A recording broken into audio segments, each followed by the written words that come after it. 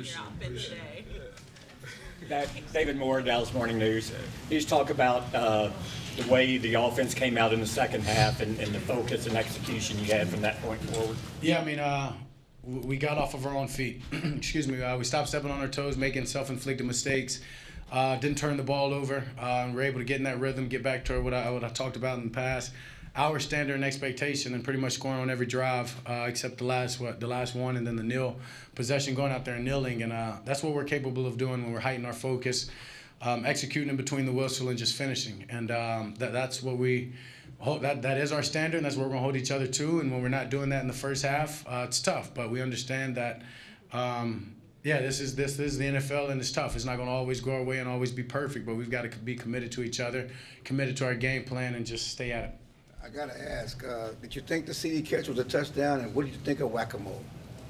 I definitely thought the CD catch was a touchdown. I mean, I went to the sideline, dropped my helmet and everything. So it was an amazing catch, regardless of his feet. His heel came down out of bounds or whatever that rule is, just a different rule. Sideline versus end zone, don't quite understand that. A catch is a catch. And then the whack-a-mole was great. The guys told me about it earlier in the week. They were worried about getting fined or getting a penalty. We said, make sure you're up 2 touchdowns, and we got a couple of guys that can help with the fine, so go for it. Dak, James Hadnot, KSLA News 12. I wanted to ask about the efficiency on third down. The team was so efficient throughout the contest, and why was that so important for you guys in the second half especially? Yeah, I mean, we're focused. We know this team can give some problematic looks. They definitely got us on 1 or 2 of them early. But then we obviously came into halftime, made some adjustments, blocked some things up, got one-on-ones with our guys, and CD was big on third down, and not just him, the offensive line protecting, and it just goes into us focusing, understanding our job on third down and our responsibility, and then executing, and we're able to do that and get things going, and as I said, got in a roll and we're able to put some points up consecutively.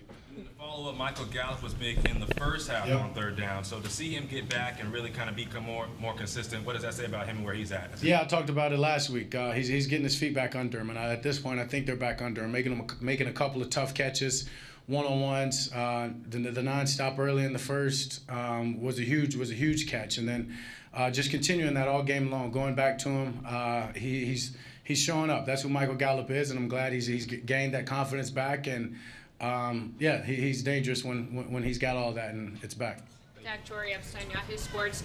You never want to have a game where you throw those kind of interceptions, but historically y'all haven't won most of the games where you've thrown multiple interceptions. What does it show to be able to come back from that? How important is it to make sure y'all can rebound like that? Yeah, just understanding, as I've talked about, I'm going to be aggressive at times. Obviously, the first one was a close snap, thinking free play. I knew that it was close, didn't know if the flag came out or not. Tried to make a safer throw to the sideline. Guy just made a great play. I can't necessarily put the team in that position. And then at the end of the second half, just a little bit behind CD, but honestly, in a sense, where I wanted to go with the ball, kind of a bang-bang play. And I mean, most of the time that ball's dropping to the ground, however it bounces up. Just bad luck on my part. But I've got a risk versus reward. And just it says a lot about the resiliency of the team, of just sticking with it. Defense telling me, hey, we got your back, keep rolling. Offense understanding that those are 2 throws, and we're moving the ball just fine, but we're self-inflicted mistakes. So as long as we didn't do that, I wasn't too aggressive, and then we got the thing rolling. One more. On that note, the tight ends had 3 touchdowns over 80 yards today. When you think about how they've increasingly become more prominent in the offense, at what point in the season or in the offseason did you realize that was going to be a plan, and how effective has it been? Yeah, I'd say in training camp. Obviously, having the relationship with Schultz, I guess you can go that into the offseason, realizing how much time we spent together, my trust in him, and then getting into training camp and seeing those young guys take on the responsibility, their roles, and do it with such confidence and eager to give them more and want to make more plays. 2 confident young guys, and they just went out there tonight and showed up. I mean, you've got Ferg jumping over people and making play after play. Peyton on the end around. They're just talented guys, and we've got to keep continuing to get those guys involved. And yeah, it's fun. It's fun to see them get that whack-a-mole. I think that just speaks on the personality of the room and how much fun they're having and enjoying their jobs. Dak, were you aware that you tied Roger Staubach with 10 consecutive victories over the Giants, most with the Cowboys, and I think Sonny Jurgensen or some other older quarterback has the most, tied with 10? And how does it mean to you? Does it mean anything at all, and were you aware of it? I was not aware of it. I've been very aware that was my only 2 losses my rookie year, and have kept that at the forefront of my mind since. But yeah, I mean, stats are meant to be broken. Stats are that's part of it. That's part of the game. But this isn't just me. That speaks to the defense. That speaks to the offense, special teams, us as a team, just continuing to lock in on division opponents, understanding what we have ahead of us, knowing that those guys draft and try to draft to combat our offensive line, loading up the D-line. It's just special, obviously, just to continue to dominate one team. But as I said, that's not just on me. That's a kudos to this organization, honestly. Follow-up, vintage Ezekiel Elliott today. Can you talk about Zeke's game today?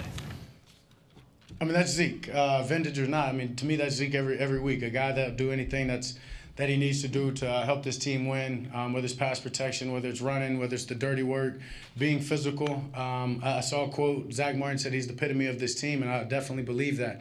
Just with his physical play style, his willingness to do anything. He's a brother of mine. Obviously blessed to come in and be with him these last 7 years. I joked with him later in the game and said, you got Ferg jumping over people, man. You're an inspiration to guys. And he laughed. I'm like, we're 7 deep. You know what I'm saying? You should take that as a compliment. So he's no surprise when Zeke does Zeke things. Michael Gelkin, Dallas Morning News.